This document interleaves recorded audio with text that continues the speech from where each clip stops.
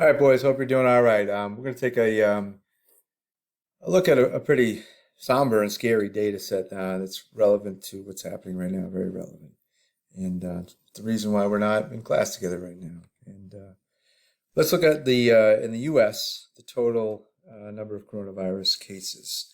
And of course, this data you can certainly argue it may or may not be accurate, but that's not the time and the place for this. So let's just assume this is from Worldometers. Website, thank you. Let's assume this data set is accurate, or as accurate as we can be at this point. And these are the total cases per day starting February 15th, and where there are 15 cases in the US. Okay, I know it's a sensitive topic, but let's look at the math there. We've also been talking about the correlations between two data sets, and it seems like time and the total coronavirus cases are in fact strongly and positively correlated, but not linearly so much. So let's take a look at what other types of functions we can use to model the data, okay, and why it doesn't look linear. So to do so, I'm going to use my handy dandy calculator just as we usually did.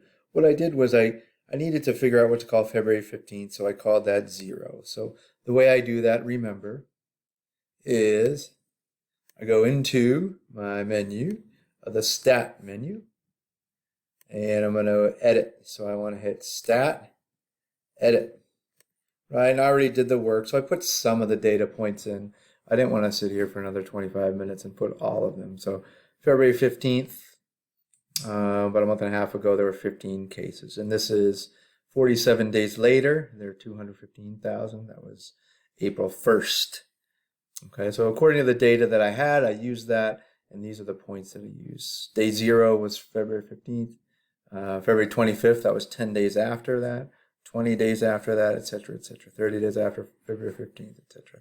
And these are the number of coronavirus cases in the U.S. Okay. Now remember to, once you have that data in the list through the stat edit menu, we need to be able to see it. So we want to visualize it. So hit second y equals, that's a stat plot menu. I want to make sure my plots are on. They are on, as noted, at least one of them is, by the word on. And so now that it's on, it means the calculator can retrieve and crunch the data in L1 and L2.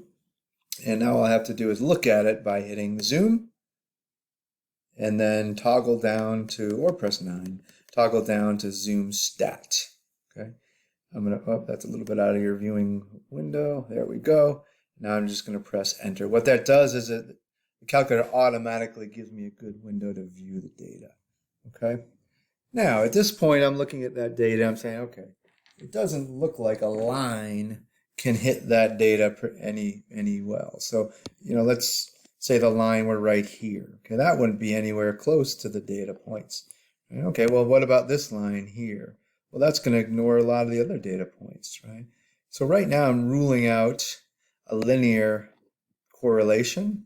It certainly is positive because as time increases, so too do the cases, unfortunately, of our coronavirus in the United States.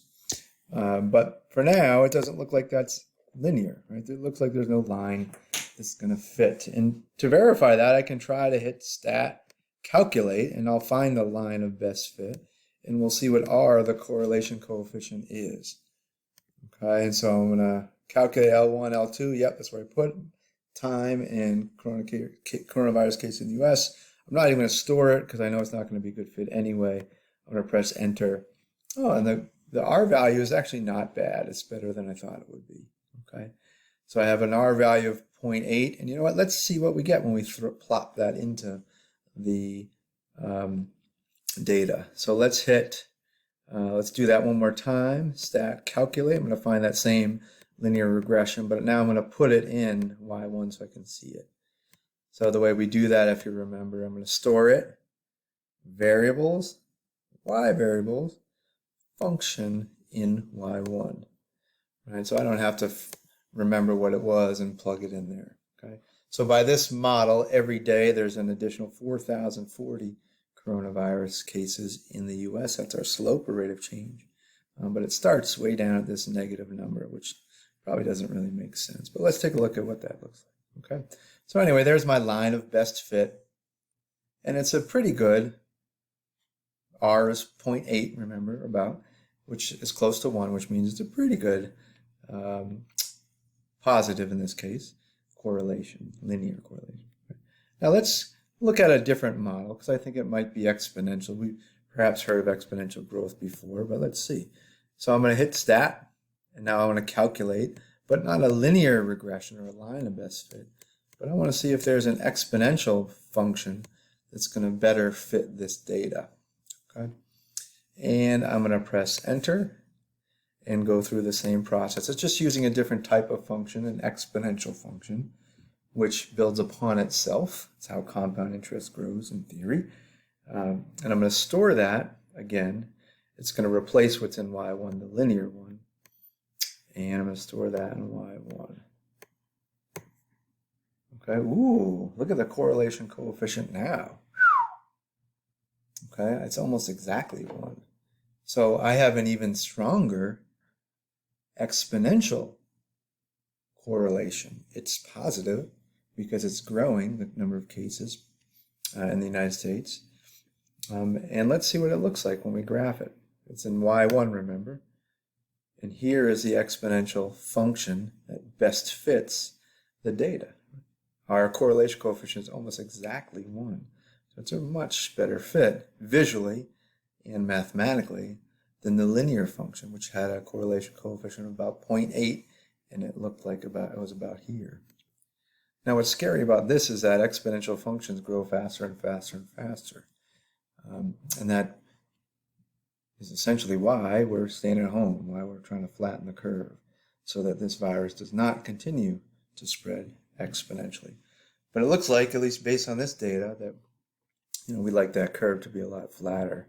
So I hope that all of you are healthy, safe, and doing your very best to flatten this curve so we don't continue to accrue exponential coronavirus cases in our great country. So stay safe, stay at home, and I'll look forward to seeing you in class through Zoom in the near future.